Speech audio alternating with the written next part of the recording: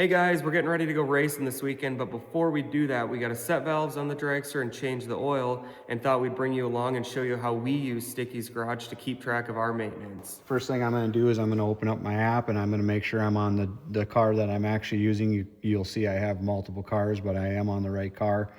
I've set up these custom groups to group my items. Some things are about information, some things are about maintenance items, and some things are about safety. That's just how I chose to group them. So I'm going to expand my maintenance items, knowing that we have to set valves and change the oil. I was getting a warning that we're at 92% on our engine oil. So I'm just going to open that up. I change my oil every 25 runs. We're currently at 23 runs, only 2 remaining. So rather than changing at the track, I'm just going to be proactive and change it here at home. I was getting my warning at my 20 runs. That's how I knew. Have all my information on the type of oil that we're using. And now I'm just going to I've changed the oil. I put my filter on. I'm going to hit complete and reset. And that will automatically reset my engine oil back to 0, 100%. No usage, 0 runs. We'll get a warning again at 20 runs.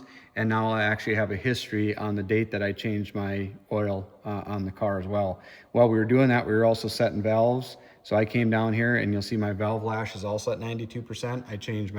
I set my valves at a maximum of 25 runs. Sometimes we set the valves earlier, but I just set the valves. So I'm gonna do the exact same thing. I can see what my intake settings and my exhaust settings are for my valves. So I use that when I was getting my feeler gauges out. I'm gonna hit complete and reset.